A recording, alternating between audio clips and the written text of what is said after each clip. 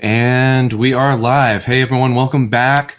My name's Ryan, and I'm here with Mike. You're at the Indie Music Academy, the channel where we uncover the mysteries of the music industry, learn how to grow a larger fan base, and earn an income from our music. And I'm so pumped to have Mike here. He's not just a Chartmetric employee. He is an all-around music industry guru. He has such great knowledge and experience to share with us today.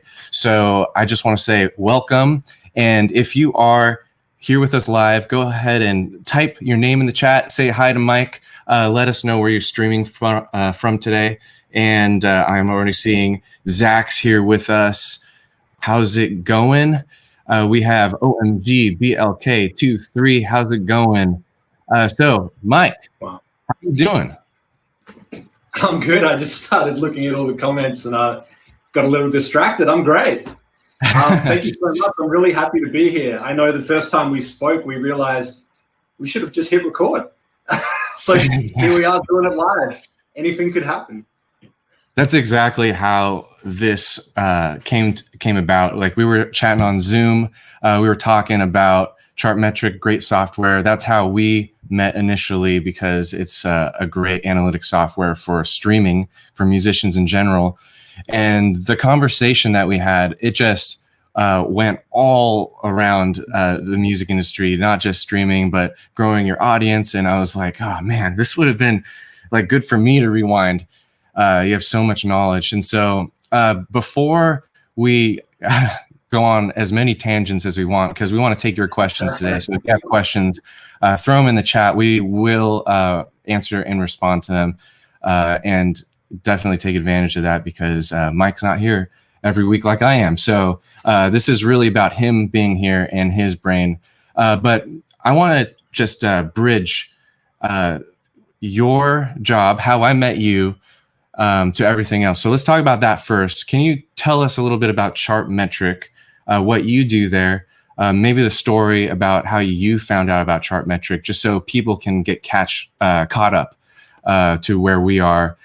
Basically a summary of our last convo. Yeah, sure. So my current title at Chartmetric is Artist, Label, and DSP Relations. Basically, I talk to anyone and everyone, whether it's an independent artist that's just signing up, or whether it's onboarding an entire team at a major record label or a streaming platform, and everyone in between as well. But yeah, Chartmetric, for anyone that's not familiar, it's a music data product out of San Francisco. Basically, they gather as much data as possible about artists, playlists, chart positions, radio stations, sync, TikTok, Twitch. I'm going to miss something here. And they pull it all in together into one website, essentially to give you less clicks, less open tabs, more information. And the way that I got on board with Chartmetric was actually in September, 2016, and I was on Google, and my project Date Night, we had a new release that was coming out, and I had sent it to Austin Kramer, who was the head of dance and electronic music at Spotify at the time, back when you could actually DM him a track, which is unheard of now, everyone.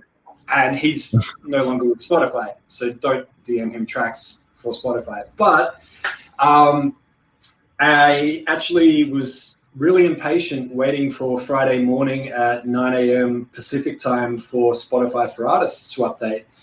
And Thursday night, I was on Chartmetric and I was refreshing. And surely enough, it showed me that our track was added to a playlist called Fresh Electronic at the time, which was a Spotify editorial playlist.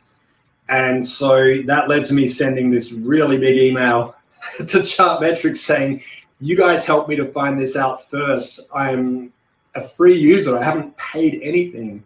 And this is mind-blowing, and thank you so much. And I got an email back from the founder, Sung Cho.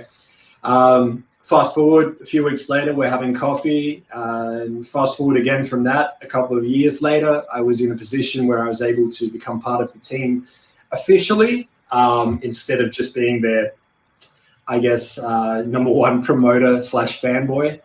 And, you know, it's been awesome ever since. So that was kind of the shortest version of the story I could tell. But it's been a lot of fun seeing it grow. Absolutely.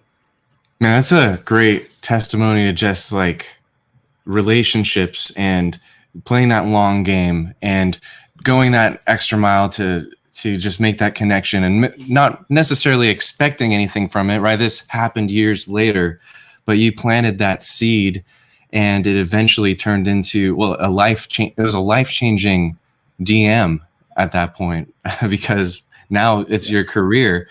And that's such a great story about how the music industry is really about relationships. And Chartmetric is basically putting the numbers and the data and putting all of the data that's collected every day and showing us what those relationships look like at a 10,000 feet view, right? So, I started using Chartmetric similar to you did as a user, as an artist, looking at my own stats, right? That's how we all start. And then checking out other playlists and trying to see if there are analytical trends.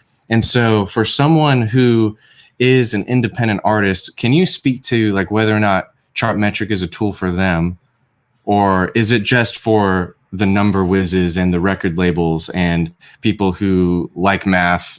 And I'm not one of those people, but what would you say to someone who's like, okay, Chartmetric, I'm sure, is cool for some people, but how does that relate to me as an independent artist trying to grow an independent fan base on my own, most likely? Yeah, sure.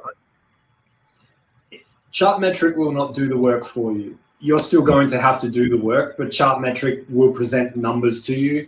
And if you know what to do with those numbers, that can present opportunities. To give you an idea, an artist may come on Chartmetric and see that they had a song that was charting in another country and they weren't aware. And as a result, they can now go and do some targeted posts to people in that specific country on that particular streaming platform. It's outside of that. Sometimes it's a case of an artist was added to a playlist and they weren't even aware. For whatever reason, it may not have been picked up on one of the tools that are provided by the other streaming platforms, or it may have been too far in the past and they're still on that playlist. And so they'll use that as an opportunity to reach out to that curator and say, thank you for adding me. And then try and strike up their own relationship so that maybe when they've got a new release, they can share that with them as well. Mm-hmm. Yeah, it's really about... Oh, go ahead. Yeah. I don't want to cut you off. No, I was just going to say, we present the data, we present the numbers, we try to give you as much information as we can, but you would still need to be prepared to know what to do with that and be prepared to put in the work from that point. Yeah, totally. That's actually the first thing that I thought. I was like, okay, all this data, now what? And our conversation was so great because basically you blew my mind by saying like, this data is supposed to lead you to people. Like people to reach out to or people to watch, whether they're other artists or playlist curators or, even which social media profiles have the most people who are paying attention to you. And so it's a great tool. I want to move on from the topic of Chartmetric and onto other things, but just as a nice little summary, Chartmetric I found has better analytics than Spotify for artists, than most distributors, than pretty much anything, all in one place. And how is that possible? That might be a little question, but like, what is what are the data sources? Like, do you get the data directly from Spotify and just show it right away? Yeah, so a lot of it is direct, and then some of it is from partners as well, of course. But I think what makes it more valuable is when you get it all together in the one screen, and you're showing Spotify monthly listeners right next to Pandora, right next to Boomplay, right next to all of these platforms, and you can see, are there any trends here? Do I actually have a larger audience in this location that I wasn't aware of when it comes to streaming? And then to be able to compare them all side by side, I think that's where it's really become more valuable. I mean, yes, you could go into TikTok, and if you're a creator on TikTok, you could go into the analytics and see your numbers, but to be able to go and see them and compare them to another TikTok creator or another artist, that's where it becomes more valuable. definitely. Or even TikTok to Spotify. It's like Yeah. you can compare your social media and your streaming platforms directly, which is crazy, valuable, So that's awesome. Everyone, check out Chartmetric. It's a 7-day free trial, right? And then super affordable if you're an artist. So check it out. And now let's move on to the topic that we're all wondering about. Chartmetric is a great tool, but what are the trends of today? What is working that you've seen as a viewer of data, lots of data? What are the things that are working for independent artists today? And what's surprising you? What's impressing you? Super open-ended question once again, but I would love for you to riff off of what you've seen. Yeah, I mean, look, there's always been multiple revenue streams, and during COVID, one of those was live shows, which of course converted into live streams where people could charge a fee. Outside of that, I feel like there's multiple points where a song can first take off now. It's no longer a case of, if we backtracked a few years, everyone would say playlists. If I get added to a playlist, I've made it. This is it. It's like, well, no, that was never the case. Like, it's nice, it's cool, it might get you some numbers, it might help you find some new fans. But the reality is it's not going to make your career. And right. But what we're seeing now is there's so many different ways that artists are first getting noticed. I mean, I'm seeing artists that are starting out on TikTok just performing their own cover songs of well-known hits and putting their own spin on it. And once they get enough of a following, they release one of those covers or they release an original song. They've already got an audience before they've even had a profile created on a streaming platform. Then there's other artists that are, similar. They're going live on Twitch and they're just live streaming away. And then they tell everyone that they've got a new single out and they have a launch party on there with their audience that they already have.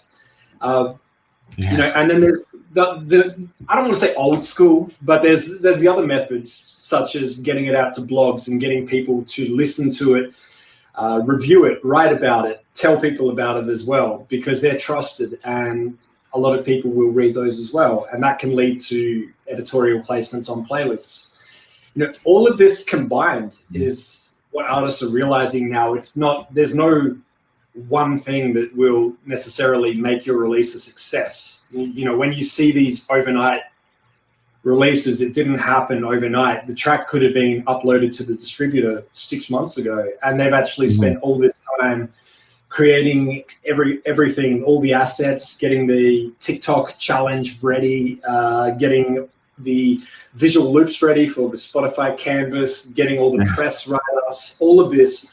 And then, of course, they just drop it and everyone assumes that it happened overnight, but they don't realize it actually happened, the years of the artist perfecting their craft, and then the 6 months leading up to that where they were preparing and planning and they had all these strategies. And if TikTok didn't take off, it's okay, because they had the live stream launch and then they had all the social media that activity as well. So yeah, artists, there's a lot of expectations of artists nowadays. There's a lot more opportunities if you do it all yourself, versus just sort of waiting for someone to come along and help. Totally. Yeah. So it sounds like it doesn't matter if you do long form content, like a 1 or 2 hour live stream on Twitch where you're playing pretty much a concert, or short form content like on TikTok where they're super short videos. You have to make a lot of them. They might be equal work. Well, maybe live stream's a little bit easier, but are you seeing that too? Like the length of the content, the platform doesn't matter. What matters is probably that you're resonating with people personally on a personal level, right? Are you seeing that is really the factor, not necessarily like whether you're on Instagram or like Facebook's old, nothing happens on Facebook anymore. Like what would you say to that? What's interesting is I feel like even more during COVID, because people are going live, showing themselves, they're vulnerable, they're at home, they're opening up to you. And what I'm finding is, years ago, people used to say, I love their music. And now they're saying, I love them. You know, they're actually talking about them as a person instead of just talking about the music that they've created. And more I'm seeing that happen now. And, you know, that's part of the reason why I feel a lot of these artists are more than just an artist now. You know, they're a personality. People love to see how they're doing. They actually care about them beyond just when's your next song coming out. You know, so that's been really cool to see. And I feel like, if you want to say it was a blessing from COVID, I mean, in a way, COVID really pushed that forward. And it was a way for artists to connect with their audience on a deeper level. And, you know, I always say this, but when you're watching a live stream, Twitch or wherever, and the comments are rolling in, you can actually talk back to that person directly and address them by name and respond to them. If you go to a live concert and the artist is performing, they're not going to go, how's everyone doing today? Hey, Ryan, how you doing, man? What's going on? What are you up to? Oh, cool. Yeah, nice. Yes. Yeah. Good to see you, man. You know, they can't do that. Yeah. But when they're doing a live stream, it's a lot more personal. And the interaction is extremely important and valuable. And it's cool to see that. Yeah, the side conversations, they basically become the main conversation, and that's not possible in a crowd of people unless you're online on Twitch. Now, you brought up a really great point, the push towards artists also becoming personalities, but that also, you know, to some might be considered a bit of a bit outside of their comfort zone.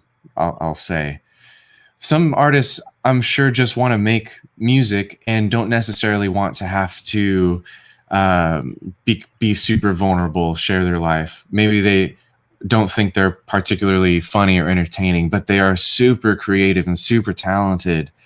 And so do you think that the way the music industry is trending, that there's no hope for those types of artists, or do they just maybe need to adapt?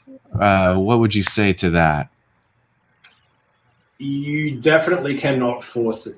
If you have an artist that is uncomfortable in front of a camera and you force them in front of a camera, it's going to show. And you know, it's one of those things, like, if you want to get on a stage and perform around the world when, you know, we open back up again and you can do that, then maybe you need to get over that stage right now and practice by getting on camera. And, you know, that could help you. But if you're an artist that maybe just enjoys making music, loves being at home, loves making beats in the studio, making tracks in the studio, whatever it is, that's totally fine. There's plenty of artists that are doing that. And, you know, there's different ways that they can make a living doing that. Of course, they can do it themselves, and they can do all the things that we're going to be talking about in this live stream today. But then there's also artists that may go and get recruited by a company where they just basically create music all day, but they get paid a full-time income. And then those companies use that music in things like YouTube videos and, you know, videos where they have pre-licensed music content. And, you know, some artists will just say, look, if I can make X amount of dollars per year and I get to make music 9 to 5, and that's all I have to do, I am stoked. You know, I'm not trying to be a millionaire with music, but I do like the idea of having holidays, having sick pay, having all the benefits of a job, and I get to just create all day. Yeah, so there's opportunities for everyone. Absolutely. You know, to pick a genre, lo-fi. A lot of people that are creating lo-fi music have no intentions of going and performing live to a crowd and traveling the world. They're quite happy knowing that their music is getting listened to and helping people while they're relaxing or studying or whatever, but no one actually knows who the creator is. You know, they can just keep making music, and they don't have to be highly active on socials if they don't want to, and they can hide behind an alias, and maybe they don't even have a photo of themselves as their artist image. So look, there's opportunities for everyone. And I would say, if you don't have any intentions of performing on stage and touring the world, then, you know, there is still a place for you and you can still be successful as well. Yeah, it's funny you bring up lo-fi because those are the playlists that I actually listen to when like working. You know, it's almost like the new classical. Like maybe lo-fi makes you smarter. I'm not sure. But it's funny you said that because that's a perfect transition to talking about playlists. And I also want you to bring up that book that you wrote that had something to do with playlists as well. So why don't you tell us a little bit about that too? Yeah, I mean, I guess for visual, this is the book that I wrote. It's called Work Hard, Playlist Hard. That's my head exploding with information on the cover. The reason the book came about was, so with my project, Date Night, that's our debut album up there. Nice. We were at the point where we were pushing all these tracks to labels and they weren't necessarily fitting within a specific genre. So prior to that, it was vocal house music, vocal house music, vocal house music. And the labels were like, cool.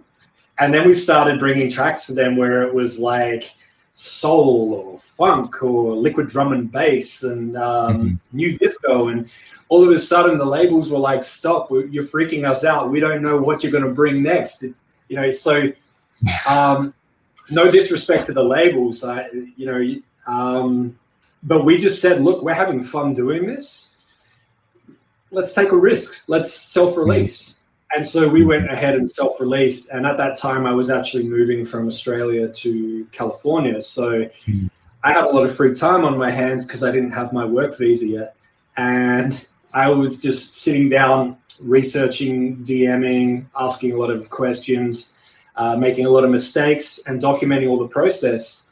And it got to the point where we started to have a bit of success. And as I documented all of that, I was sending detailed emails to friends and saying, here's what you need to do and here's why and here's what happened for us. And hopefully you get the same results, but at the very least it should help and point you in the right direction. And it got to the point where a friend of mine actually said, you know, you've already pretty much done it. Why don't you just write a book? Yeah. And it just made too much sense. You know, I could put this out for everyone that wants to pick it up and read it instead of sending hundreds of emails. So that's crazy. So basically you said the labels aren't really picking up what we're throwing down. So we're going to do this ourselves. And playlisting was the avenue of finding new fans that you chose instead of getting signed to a record label. Was that right? Yeah. So basically what I did was I looked at what have the labels done for us so far. And I went, okay, you know, when we were doing vocal house music, okay, they're sending our tracks out to the DJs on their mailing list. Okay, we've kind of built our own mailing list of DJs. We can send them the extended mixes to play out when they're performing. What else do they do? They get it in stores. Okay. There seems to be distributors that do that. And then at the time, no one was really paying attention to streaming as much in Australia. Pandora was there. It wasn't as big. Apple Music didn't exist yet. Spotify was still not the greatest interface and was taking a long time to bring more people on board. So the labels weren't streaming focused. They were still, you know, let's get it in stores, let's get it on Beatport, and let's get it number one there and try and sell as many downloads as we can. So that forced me to sort of look into streaming, and because we're an Australian group, despite the fact that I was living in California, I reached out to Spotify Australia on their Twitter account and actually DM'd them when we had our debut album, and I was able to share the link, and we actually got a message back that not only did they get it, but to keep an eye out on the homepage on Friday. And we ended up getting our album was featured on the homepage when they used to have albums running along the top each week. And we also got on New Music Friday with one of the tracks. Wow. And from that, I realized, wow, had had I not sent that DM, that wouldn't have happened, and it wouldn't have given me what I needed to keep going and keep pushing further and just asking, So Yeah, that's crazy, man. What a time. And already your story is resonating. Ross says, I found the book. I'm definitely buying it. I love what you said about getting that one win. And hopefully, Roz, this book helps you get your first win, because once you do, it just, like you said, it really changes the way that you feel about marketing and the whole other side of being creative. What I tell my audience all the time, I sent an email out earlier this week that marketing is kind of also really creative. It really is. But a lot of the times, like if we just keep experiencing loss after loss after loss, we see it in a different light. And it's really a shame, because the way that you talk about yourself, the way that you pitch your music and share it and make the relationships with fans, that's super creative as well. And so it's so good to hear your story, and that you also had the frustrations and the wins, and then the wins lifted you up. And I feel like that's what we're all feeling as we try to push our music out into the world. And so thanks for that. Lowry says, I love the troubleshooting process you just described, documenting mistakes and sharing successes. Yeah. So many mistakes. Like I could have wrote a book about all of the fails, but I realized that's not going to help. But I basically, from time to time, I will point out, hey, when you're sending an email, if the person curates for this streaming platform, make sure you give them the correct link. One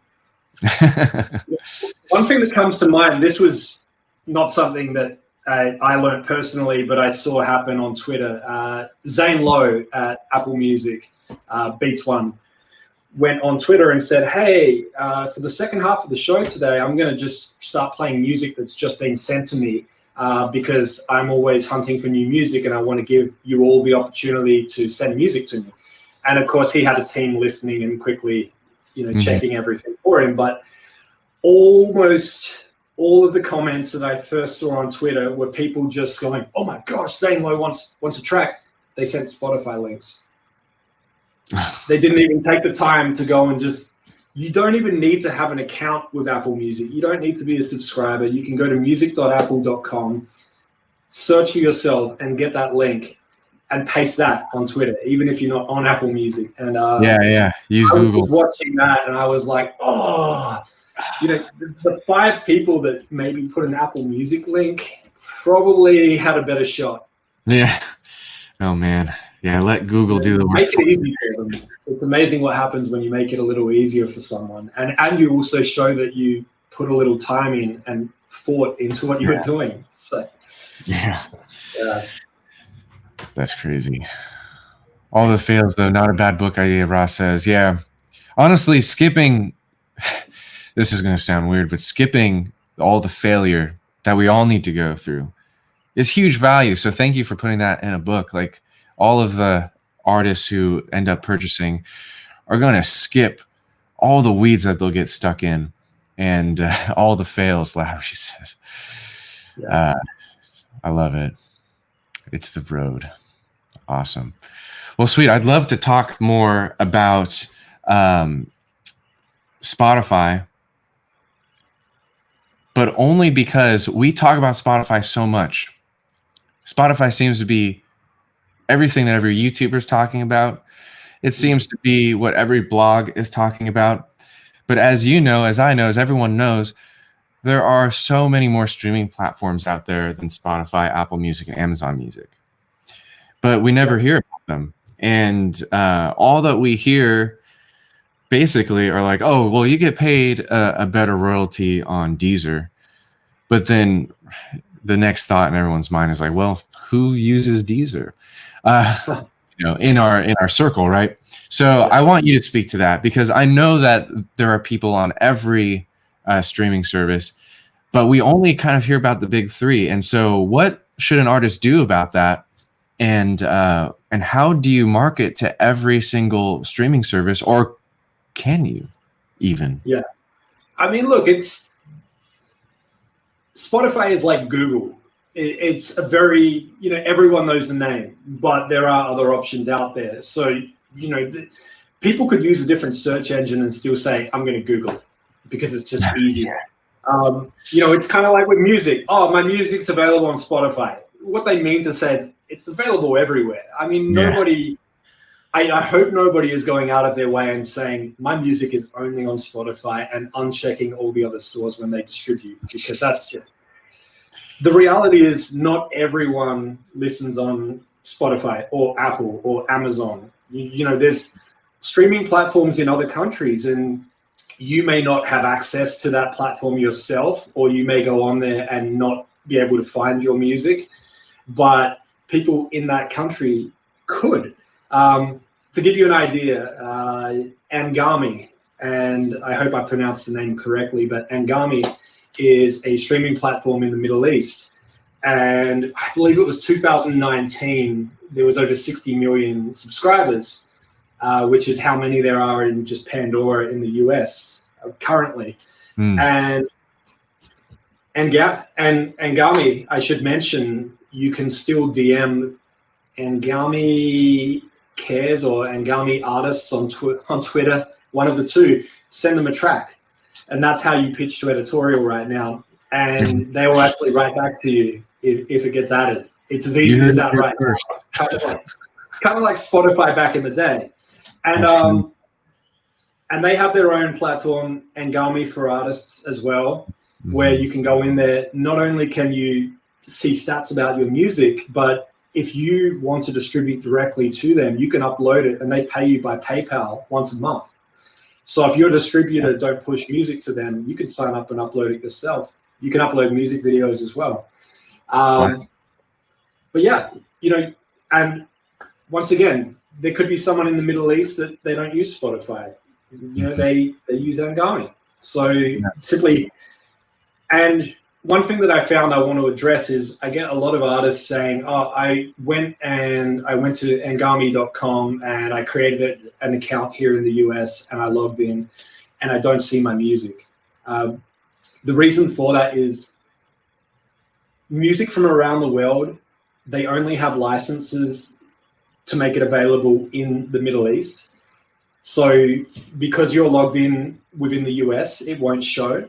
So what you can do, and this sounds shady, but it's not, open an incognito tab in your web browser and search for artist name, track title, Angami, Anghami, and it will show up in the results. Click that and you'll be able to see it. But as soon as you log in or go to another page, it's going to say not available in your country. But that's how I've done it for all of my releases and any artists that I'm helping out, so that I can basically prove to them and go, you are on there. You just can't listen here in the US or wherever you are in the world. But know that people can be streaming it and know that this is what your presence looks like on there right now. So you can go in and update your profile, get all your stats, upload your music directly to them and get paid directly if you choose. That's crazy.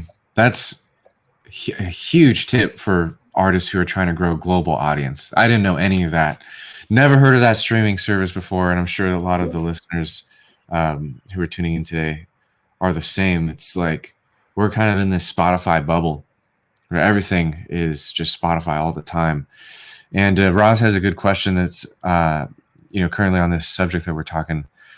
Really would love to break through on all streaming services. Only having listens on Spotify aggravates me. Do you think that's just like the majority of his fans happen to be on Spotify, or is there some kind of error in his marketing strategy where he's missing out on all the other streaming platforms? Yeah, I mean, that's part of the reason why we're here today, and we get to have this conversation and help. You didn't know about Angami until a few minutes ago, and that's awesome because I get to help you and anyone else that's watching. But and I mentioned it's as easy as sending a DM to them right now to pitch a track for editorial.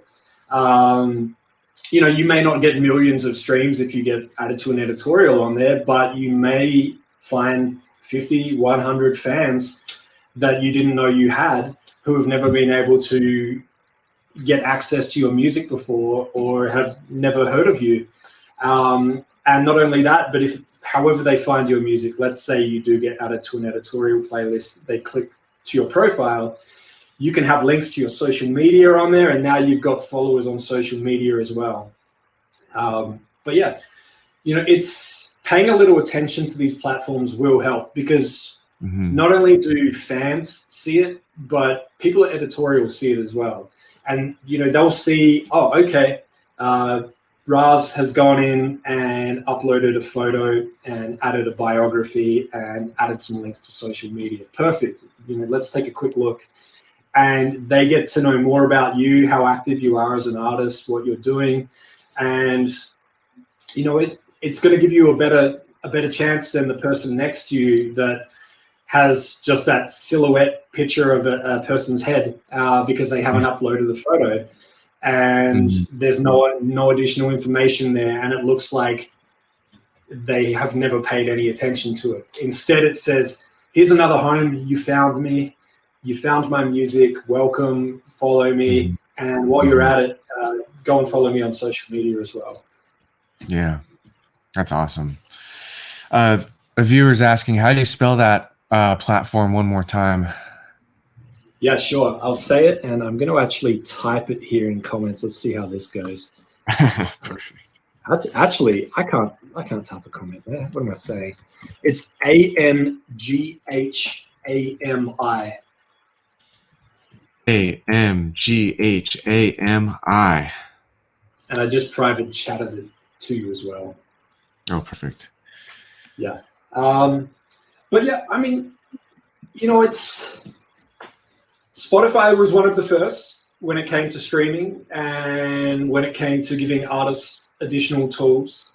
And the other platforms are slowly catching up. I mean, Amazon Music is a big one. They've only had their artist tool out for 1 year. And in that time, they've allowed artists to connect it to Twitch and live stream on their Amazon Music artist profile, potentially have their live stream featured on the homepage of Amazon Music. And it doesn't matter if people are following you on Twitch or Amazon Music, you're going live on two platforms at the same time. Yeah. And then they now have their integration where you can sell merch, and you can sell merch directly on your artist profile. You can sell it in your live streams.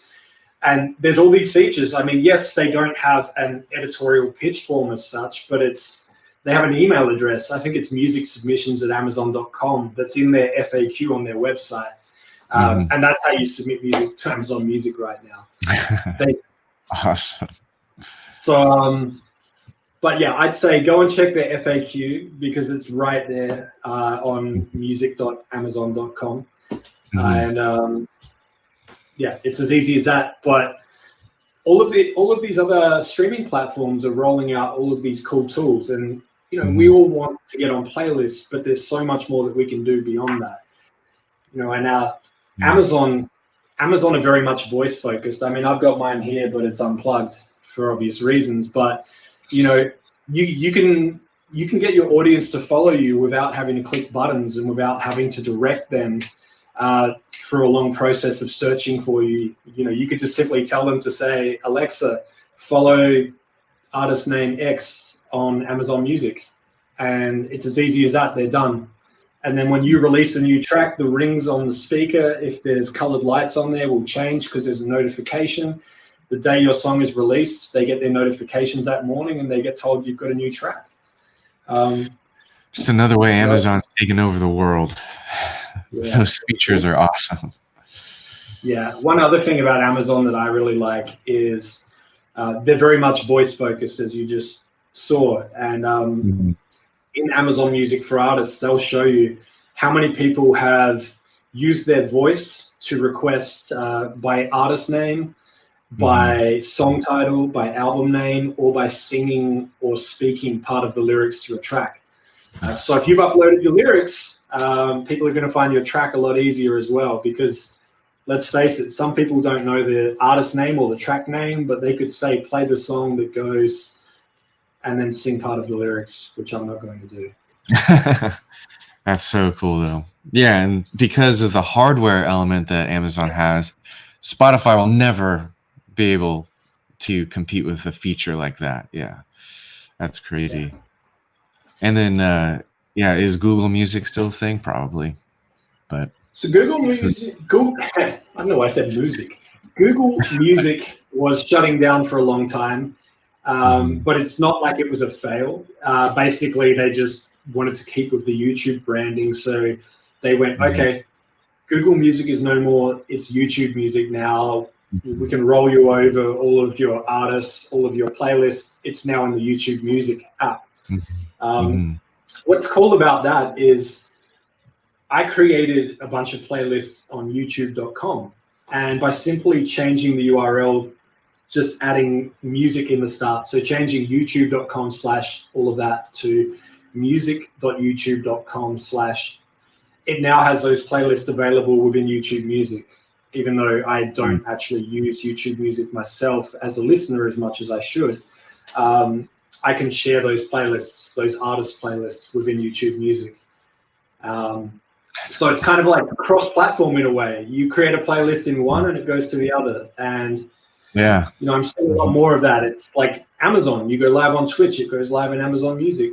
That's true. You know, they've got so much power because they've been doing this a long time, and they've all got their own features that make them unique and that can help artists. So cool. Yeah, Roz, is glad he's here. He says, crazy powerful stuff. So glad I joined live. We're glad you're here too. Just real quick, we're going to be taking questions. I mean, we've already taken a few, but we're going to have a dedicated Q&A time at the end. So start dropping those in the they'll screen record their iPhone playing back audio, and even that can go viral to a certain degree. So you don't have to show your face. Do you think a presence on TikTok is essential for artists today? Okay, so there's two sides to TikTok. There is a side where you create a TikTok account as a user, and you can create videos and you can upload them and you can use music, your own, somebody else's, or just simply record the audio that's happening around you. And then there's the other side, which is with your distributor. TikTok is available as a store, and you can push your music into TikTok, and it becomes what they refer to in the app as sounds, where people can actually play your music and use it in their videos. I've seen with a number of established artists is they went on TikTok when it first launched, they claimed their username, they posted a couple of videos, and they faded away, they disappeared. But their music is on there getting used a lot, and it links. You can actually link it back to your profile, where you can have link to your website. I think it's YouTube, whatever else. So they basically just said, I'm claiming this real estate. I'm claiming my homepage in here. I'm not going to be posting a lot of videos on TikTok, but I've shown that I'm here, and I made sure my music is available, and I understand how it works now. At the very least, if you're not comfortable being on there and putting your face in front of the camera or trying to create videos, at the very least, just claim your username, get an account, start scrolling and just check it out and get an understanding of how it works. When you're in the app, you can actually search for songs without adding them to a video, and you can see how many times they've been used in videos, and then you can tap on that song and start scrolling. So as an artist, it's really exciting because you could go, hey, 10 videos were created using my song. And you just sit there and you start watching them. And, you know, you could actually reach out to those people and say, hey, thanks for using my track. You get paid for that.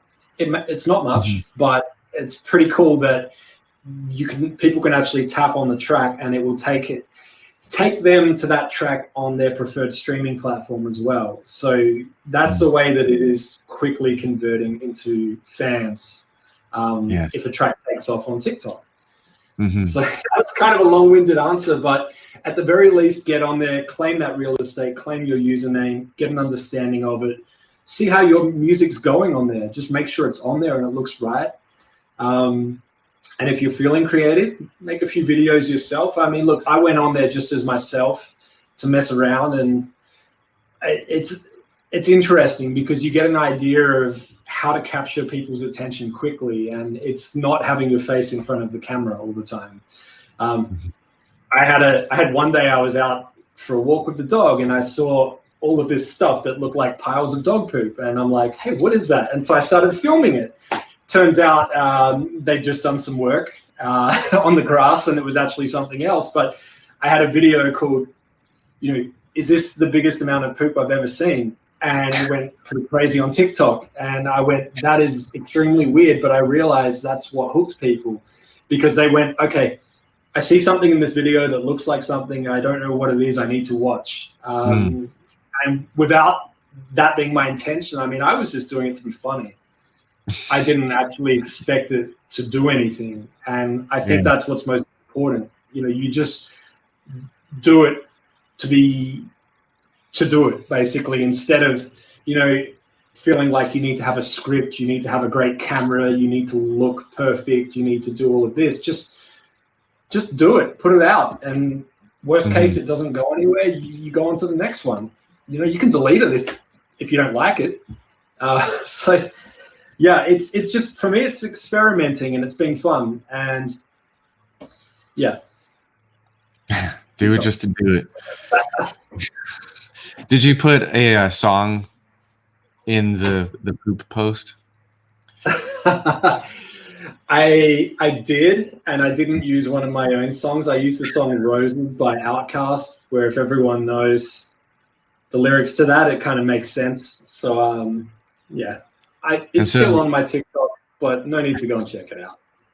So your poop video going semi-viral probably got a few thousand views, right?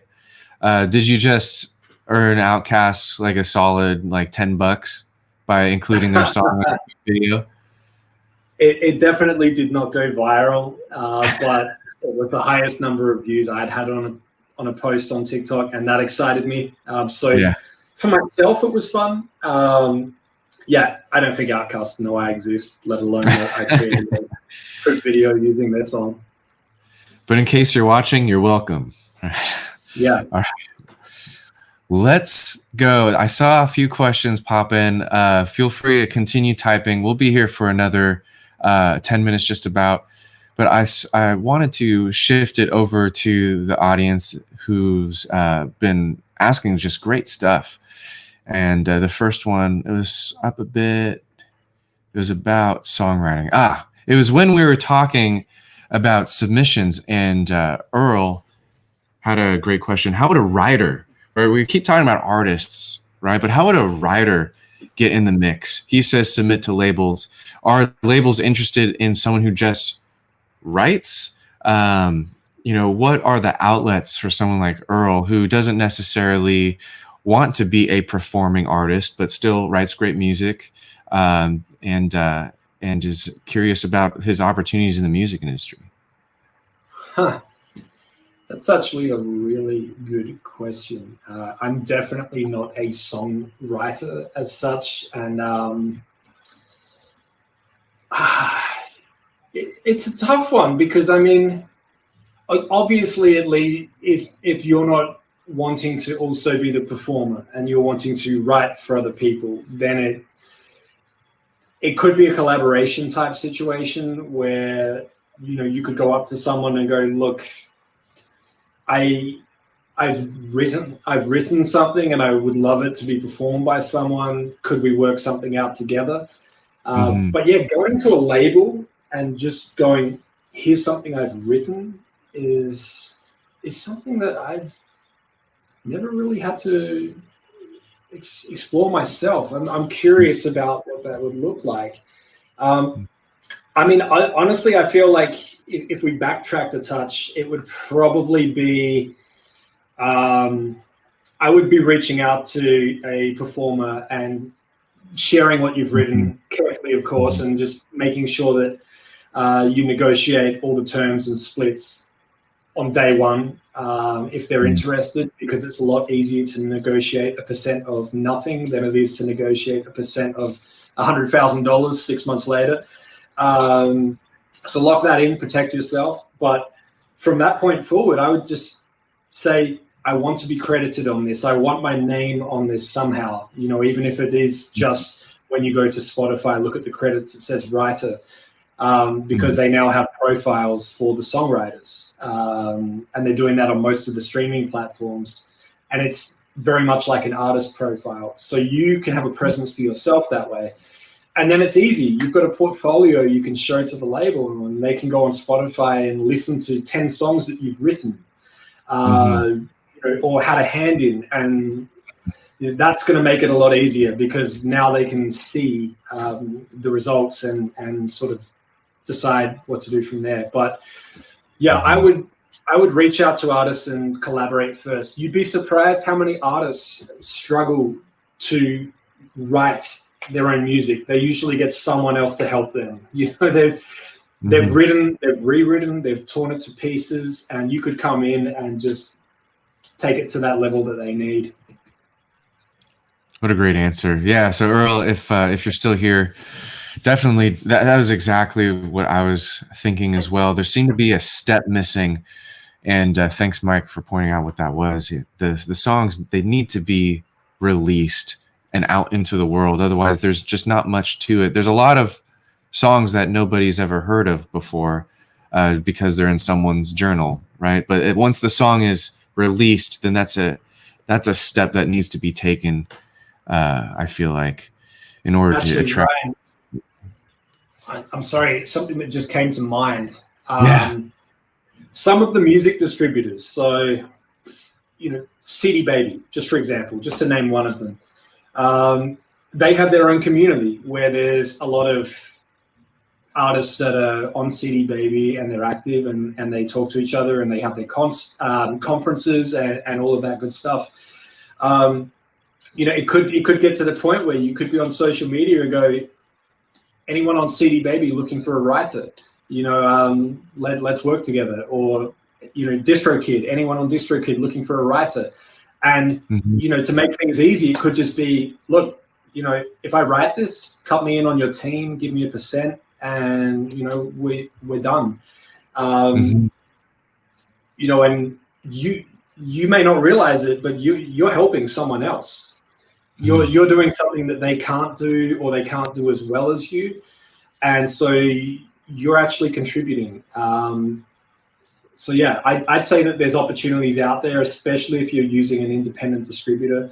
Try and find other artists that are using those same distributors. And it's not that hard. I mean, if you go on Twitter and you search for the name of that distributor, usually when an artist shares their new track, they shout out their distributor in there, or they auto tag them in a tweet. And you might be able to find an artist that is more open to collaboration, because obviously if you're going to an artist that's signed with a major label, there's a lot of extra things that you need to get through before you can necessarily get to that artist. Right. Yeah. That's so wise. That's actually what Chartmetric can help with, finding artists that are at your same level. I mean, I just wanted to throw it in there because it is where you work. But I love what you said too. Basically, the forums are, gosh, that's where the community is happening off of social media, right? Or I guess Facebook groups would be kind of a great example too. But you mentioned like the CD Baby forum. Where's that located for people who want to check that out themselves?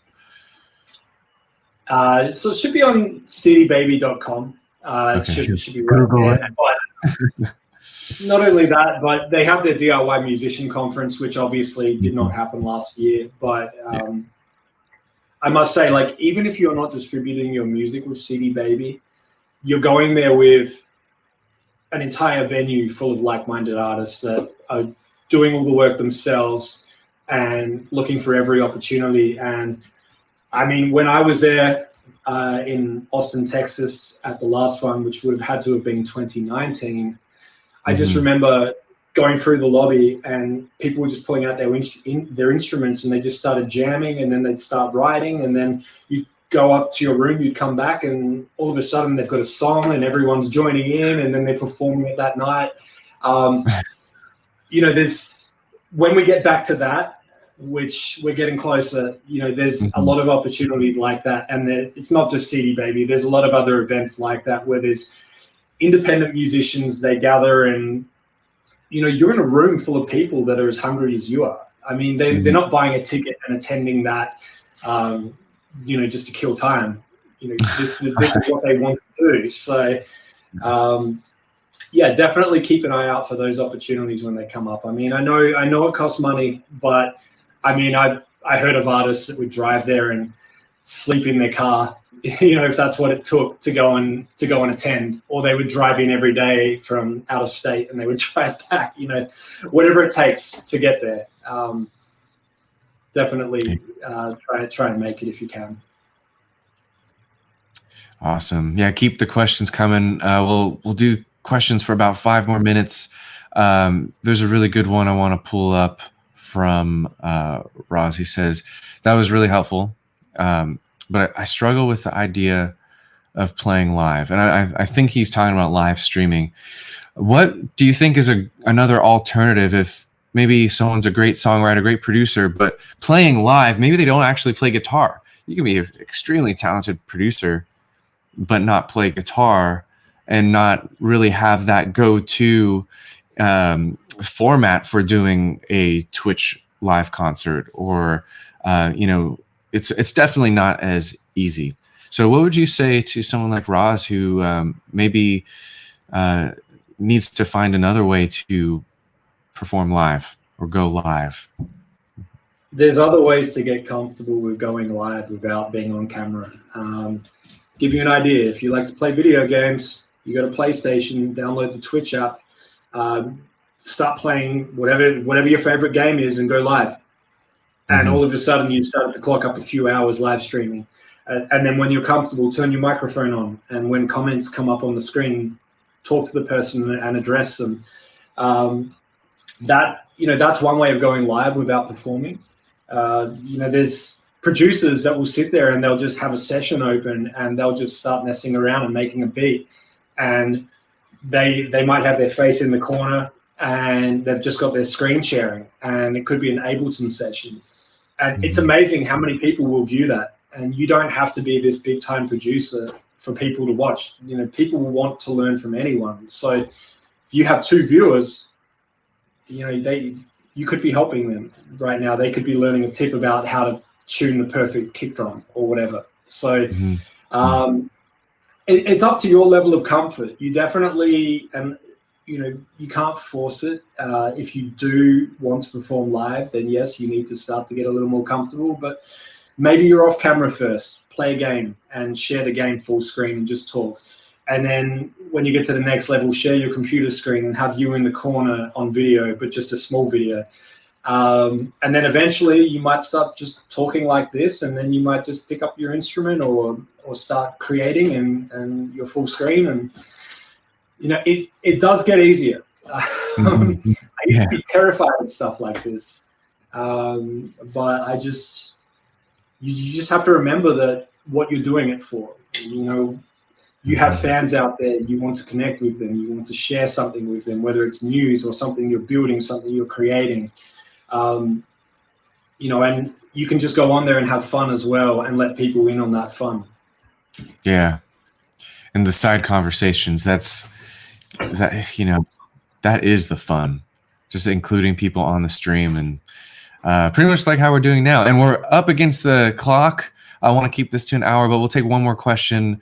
This is a really good one. We might go way over with this question. What are to reach out to curators other than Submit Hub? It's really discouraging, getting declined a lot, but music is subjective. What do you, let's take platforms out of it. Maybe just list off all of the ways. I was just making a job. Just list off all of the ways for everyone. Reaching out outside of Submit Hub. Submit Hub isn't the only way. And for anyone that doesn't know how Submit Hub works, basically there's a network. It previously was blogs, and then they added YouTube channels and playlist curators. And essentially what you're doing is you're filling out a form and submitting music to them for them to take a listen. And if you really want them to listen and give you some feedback, whether they add your song or not, you can pay a few dollars. And if they don't review it in time, I believe you get that money back. So that's the incentive for them to actually listen to your music. That being said, there's no guarantees that they're going to place it. So they could just sit there and say, sorry, this song no good, this reason, that reason. And, it can be pretty discouraging for an artist, especially if you spend some money and that's all you get back.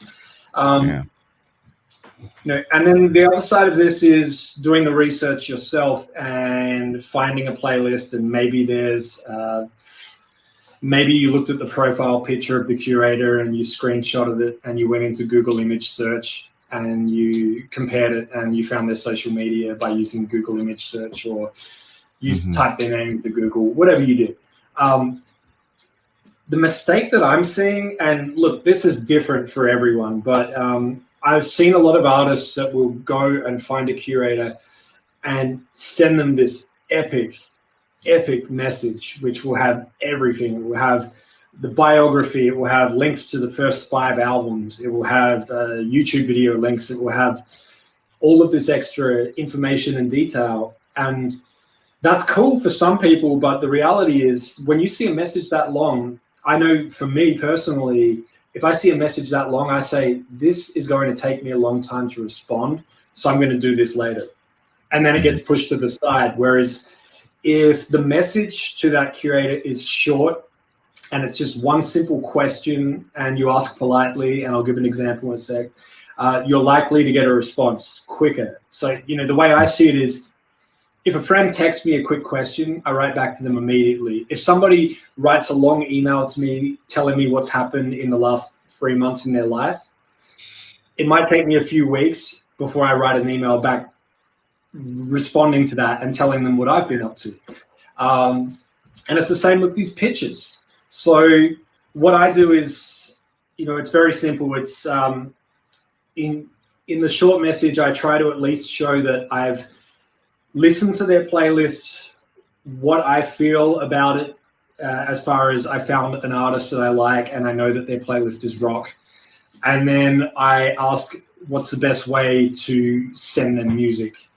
And the reason I ask them what their process is, I'm giving them a question and I'm giving them an opportunity to respond and tell me, would they like to receive music from me and how?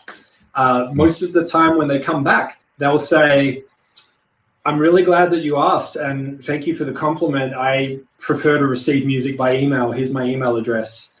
And sometimes they'll even go one step further and they'll say, I've got a day job. I don't get paid to curate playlists. I do it for fun, but I do it on a Saturday afternoon. And so, okay, I'll send them the track maybe on a Friday evening, so it's near the top of their inbox. And, there's that side. And then on Spotify, if you're following a curator and you have friend activity turned on the app on your desktop, on your computer, the friend feed on the right-hand side, you can see when those curators are listening to music and what they're listening to. And if you see that they're skipping through songs very quickly, it's a good indicator that they're listening to music right now. They're probably curating. I've done that with curators, as stalkerish as it sounds, just to get an idea of what they're listening to. And if I see that while they're listening to all these different songs, they then end up listening to an entire album, then I go, okay, what's that album? I'll listen to it myself and I'll get an idea of what they may be looking for. And if I have 5 different songs, I now know which song might be the best fit for them. Yeah. So just you've done a little research, short message, asking permission, it will go a long way. Dude, and I just want to highlight what you said about not sending a link in that first message. I think that speaks volumes as a recipient of that message.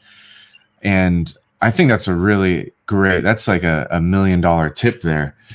Don't spam links. It never works. Wouldn't you agree?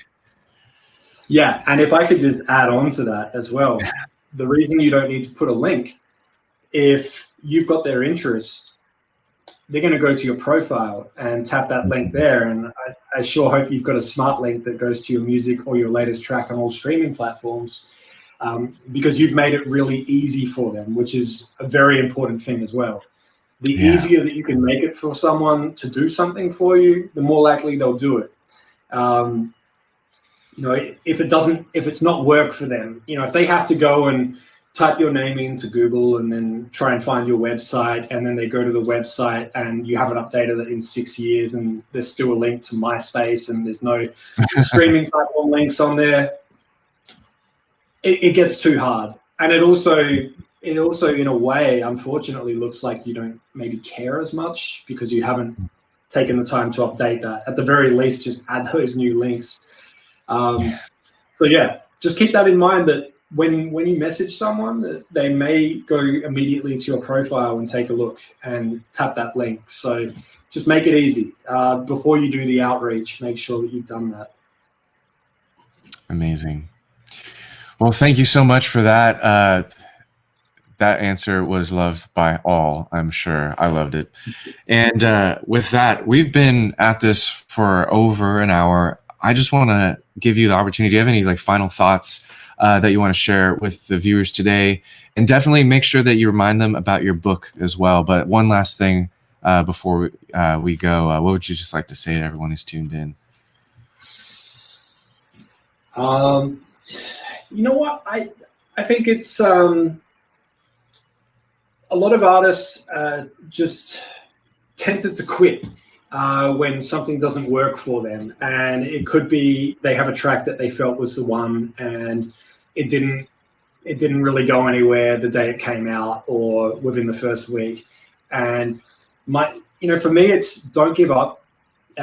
Keep going, keep pushing on, because eventually when you get that one track that connects, you'll be glad that you've got this catalog of music that you released in the build up to that, as opposed to just sitting there and being hung up about it or potentially giving up. Definitely that's one thing I don't want to see any artist doing. And, I've shared this before, but during COVID, when it first kicked in, a lot of artists stopped releasing. They felt like, oh, what's the point? And I'd like to hope now that they've realized, okay, the audience is still there. They're just at home. They're not coming to a venue right now to see me, but my music can still be in their house. I can still perform to them on a Saturday night. I could have their attention. I could be on their TV in their lounge room.